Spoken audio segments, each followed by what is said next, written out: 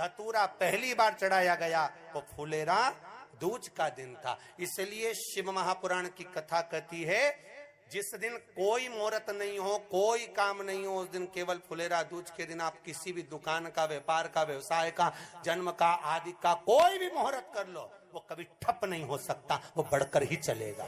सारी जिंदगी के कांटे निकल जाते हैं, सारी जिंदगी के कांटे समाप्त हो जाते हैं फुलेरा दूज। कहते हैं दुनिया में सब दिन का दान, सब दिन का पुण्य समाप्त हो सकता है, और फुलेरा दूज का दान, पुण्य, सत्कर्म, भजन, कीर्तन, नाम स्मरण समाप्त नहीं होता। चक्कर आ जाते हो, अचानक गिर जाते हो, हापड़ी भराने लगती हो थोड़ा सा चलने पर, श्वास फूल जाती हो ज्यादा चढ़ने पर, उनके लिए विशेष है कि धतूरे की जड़ को, धतूरे का जो फल होता है उसकी जड़ महाराज निकाल कर, धोकर, उसको घिसकर शंकर भगवान पर उसका लेपन कर दीजिए। थोड़ी सी जड़ शिव जी पर चढ़ा दीजिए फुलेरा दूज के दिन। उस जड़ को पानी चढ़ाकर वापिस लेकर आ जाइए। जो मिर्गी का मरीज होता है, जिसको दमे की शिकायत होती है, श्वास की होती है, चलने में हापड़ी भरा जाती हो, फुलेरा दूज के दिन दोपहर के समय पर उसको वो जड़ केवल 3 या 4 बार सुगंध में सुंगा दी जाती है, तो मिर्गी की बीमारी समाप्त हो जाती है, और जिसको दमा श्वास फूलता है उसको भी आराम लग जाता है। फुलेरा दूज के दिन उसके लिए नित्य आनंद का सुख दे जाती है।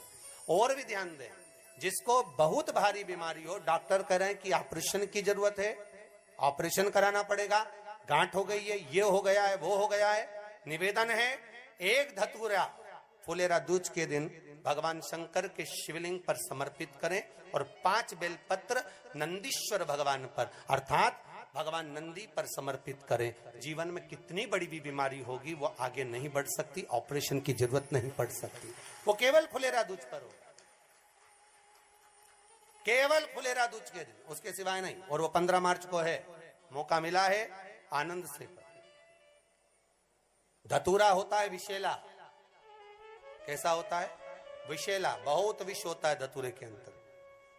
पर महाराज भगवान शिव को वो समर्पित किया जाता है, जैसे पार्वती जी को लगा जब कोई साथ नहीं दे रहा, पार्वती जी को लगा जब कहीं से सुख का अनुभव नहीं हो रहा, आनंद का अनुभव नहीं हो रहा, पार्वती जी ले गई धतूरा, पार्वती मैया ले गई उस बेलपत्र को शिव को। और प्रयास करना, अगर दुख है तो एक धतूरा समर्पित कर कर 1 लोटा पानी अवश्य समर्पित कर।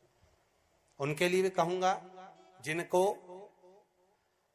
शरीर में दाद हो जाती है, खाज हो जाती है, या खुजलियों का क्रम हो जाता है, उनके लिए भी महाराज धतूरे का पानी, धतूरा 1 लोटे में डाल दो, पानी रख दो, उसमें उसके अंदर थोड़ा सा चंदन डालकर वो पानी शिव जी को समर्पित कर दो। वही पानी को लेकर आ जाइए और कुछ देर तक शरीर में लगाकर बैठ जाइए महाराज। वो केवल फुलेरा दूज का है महाराज, उसको शरीर में लगाकर थोड़ी देर बैठ जाइए, 15-20 मिनट तक। शरीर के अंतर्गत कोई वस्त्र ना हो, उस वस्त्र को उतार कर उसको लगाकर बैठ जाओ। 2.5 से 3 महीने में दांत खाज, किसी भी चर्म रोग होगा, वो धीरे धीरे समाप्ति की ओर हो जाएगा। महाराज फुलेरा दूज का महत्व शास्त्र कहता है, भले इसको छुपाकर रखा गया हो शास्त्रों के अनुसार, पर इसकी महत्वता जो दुकान, जो व्यापार, जो व्यवसाय, और पहले भी आपको कहा, मान लो आप शिवरात्रि के दिन रात को भगवान शंकर को धतूरा चढ़ाते हो व्यापार व्यवसाय के लिए, और वो धतूरा आप शिवरात्रि के दिन सुबह 4 बजे से पहले नहीं बांध सकते, तो उस धतूरे को फुलेरा दूज के दिन लाल वस्त्र में बांधकर अपने व्यापार वाली जगह पर बांध दो।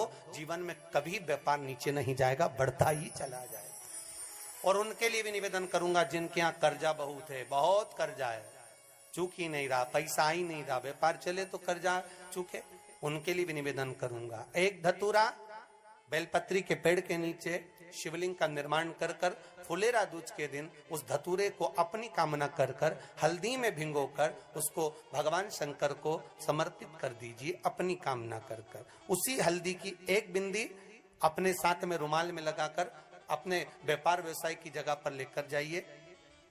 कर्जा धीरे धीरे धीरे धीरे जब चूकेगा, जब लक्ष्मी आएगी, तो लक्ष्मी की वृद्धि भी वो करता। महाराज ये फुलेरा दूज के उपाय। जिस दिन मां जगतजननी जगदम्बा अंबा स्वयं भगवान शंकर को मौन होकर देख कर विलापित होती हैं, नैनों से नीर बहता, शिव को हुआ क्या,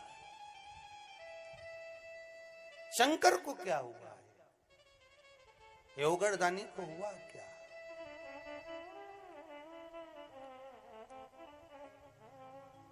नयन जलता मैं तो बैठी थी गंगा किनारे, मैं तो बैठी थी गंगा किनारे,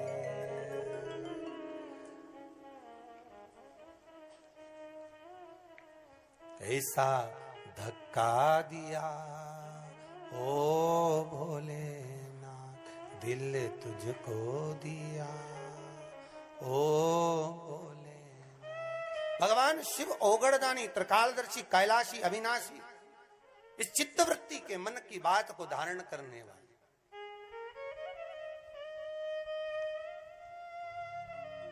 जिन लड़का और लड़की का विवाह नहीं हो रहा है, महाराज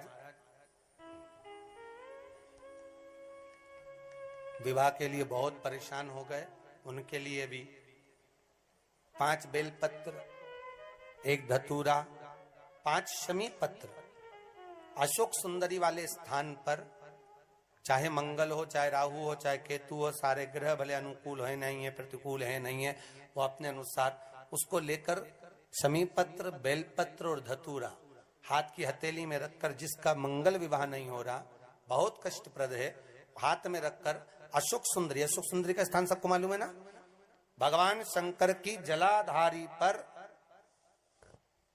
शिवलिंग, पार्वती जी का हस्त कमल, जहां से चरण जल नीचे जाता है, राइट भाग गणेश जी का स्थान, लेफ्ट भाग कार्तिकेय का स्थान, जलाशय में से, जलाधारी में से जो जल नीचे गिरता है बूंद बूंद, वो शंकर भगवान की 5 लड़कियां, जया, विषहरा, शामरीवारी, दोतली और देव, शंकर जी की 1 लड़की और अशोक सुंदरी 6 नंबर की, उसका स्थान, इन पानी जो जाता है उसके बीच में जो मोटी सी लाइन होती है, उस मोटी सी लाइन पर जो स्थान है वो अशोक सुंदरी का स्थान है। किसका स्थान है?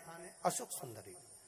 शंकर भगवान का संपूर्ण परिवार, जलाधारी माता पार्वती जी का हस्तकमल, चरण, राइट में गणेश जी, लेफ्ट में कार्तिकेय जी, बीच में अशोक सुंदरी, और ऊपर से जो 1-1 बूंद पानी गिरा रहा है वो है शंकर भगवान की 5 लड़कियां, जया, विषहरा, सामरीवारी, दोतली और देव, शिव की 5।